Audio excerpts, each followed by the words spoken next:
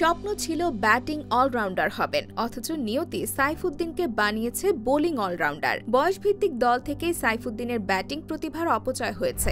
রংপুর রাইডার্সের হয়ে বিপিএলে এবার ব্যাটসম্যান সাইফুদ্দিনকে দেখা গেছে, তবে নিয়মিত উপরে ব্যাট করার সুযোগ হচ্ছে না। জাতীয় দলে সাইফুদ্দিন নিজের ব্যাটিং সামর্থ্য পুরোপুরি প্রমাণের সুযোগ পাননি। যতটুকু পেরেছেন ঝলক দেখিয়েছেন। 2018 সালে ইমরুল কায়েসের সাথে লম্বা জুটি গড়ে জিম্বাবুয়ের বিপক্ষে বাংলাদেশকে জয় এনে দিয়েছিলেন। এরপর 2019 বিশ্বকাপে ভারতের শক্তিশালী বোলিংয়ের বিপক্ষে তার ঝোড়ো 50-র কথাও সবার জানা। জাতীয় দলে সাইফুদ্দিন ব্যাটিং করেছেন 36 গড়ে, তার স্ট্রাইক রেটটাও 50-এর বেশি। দেশের মূলধারার অনেক ব্যাটসম্যানও এমন গড় আর স্ট্রাইক রেট নিয়ে ব্যাট করতে পারেন না, অথচ সাইফুদ্দিন একজন অলরাউন্ডার। তার আসল কাজটা পেস বোলিং। নতুন বলে হোক বা স্লগ ওভারে নিশ্চিন্তেই তার উপর আস্থা রাখতে পারেন যে কোনো অধিনায়ক। স্লোয়ার, কাটার ও ভেরিয়েশনের সাথে একের পর এক ইয়র্কার দিতে পারাটা সাইফুদ্দিনের সবচেয়ে বড় শক্তি। গতি দিয়ে নয়, তিনি বোলিংটা করেন মাথা দিয়ে। সংক্ষিপ্ত ফরম্যাটে এমন পেসার যে কোনো কন্ডিশনেই ম্যাচ জেতানোর সক্ষমতা রাখে। কিন্তু সাইফুদ্দিনকে নিয়ে দেশের ক্রিকেট সমর্থকরা আরো বড় আশা দেখেছেন। আশাটা একজন পেস বোলিং অলরাউন্ডারের। দেশে একজন পেস বোলিং অলরাউন্ডারের অভাব ছিল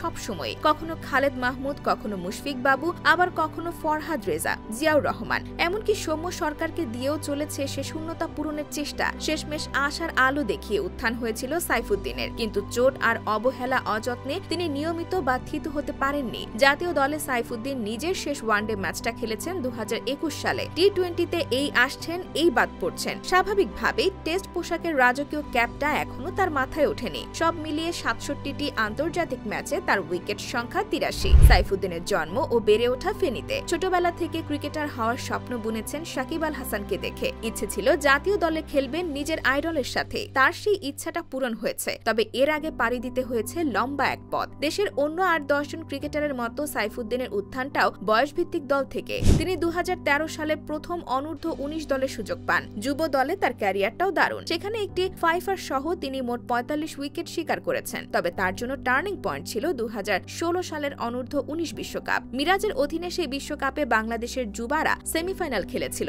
সেখানে মাত্র 6 ম্যাচেই 13 উইকেট নিয়ে টুর্নামেন্টে বাংলাদেশের সর্বোচ্চ উইকেট শিকারী ছিলেন সাইফুদ্দিন। তবে অনূর্ধ্ব-19 বিশ্বকাপের পরই হুমকির মুখে পড়ে তার ক্যারিয়ার। প্রশ্নবিদ্ধ হয় তার বোলিং অ্যাকশন। অবশ্য ক্যারিয়ারের শুরুতেই এত বড় ধাক্কা সামলে উঠতে খুব একটা সময় অবশ্য নেননি সাইফ। খুব দ্রুতই অ্যাকশন শুধরে এসিসি আয়োজিত ইমার্জিং টিমস কাপে অনূর্ধ্ব-23 দলের হয়ে দারুণ পারফর্ম করেন এবং প্রথমবারের মতো ডাক পান বাংলাদেশ জাতীয় টি-20 দলে। 2017 সালে শ্রীলঙ্কার বিপক্ষে টি-20 দিয়ে আন্তর্জাতিক ক্রিকেটে পা রাখেন তিনি। একই বছর দক্ষিণ আফ্রিকার বিপক্ষে ওয়ানডেতেও তার অভিষেক ঘটে। তবে সেই সিরিজের একটি ম্যাচে ডেভিড মিলারের বিধ্বংসী ব্যাটিং তাকে মানসিকভাবে বিপর্যস্ত করে দেয়। দলের বাইরে চলে যান অভিষেকের কিছুদিনের মধ্যেই। কিন্তু সাইফুদ্দিন যে হারতে শেখেননি, আবারও শুরু করেন কঠোর পরিশ্রম। এরপর নিজের সামর্থ্যের সবটুকু ব্যবহার করে লাইন লেন্থের গ্যারাকলে ফাঁসিয়ে ব্যাটসম্যানকে হাঁসফাঁস করাতে শেখেন। ফলাফলও পেয়েছিলেন হাতে নাতে। জিম্বাবুয়ের বিপক্ষে 2018 সালের অক্টোবরে অনুষ্ঠিত সিরিজে ডাক পান তিনি। সেখানে অলরাউন্ডার নৈপুণ্য দেখিয়ে ধীরে ধীরে জাতীয় দলে থিতু হতে থাকেন। মুস্তাফিজ মাশরাফিরা থাকলেও নতুন বলে তিনিই ছিলেন দলের আসল ভরসা। 2019 সালে বাংলাদেশ, উইন্ডিজ ও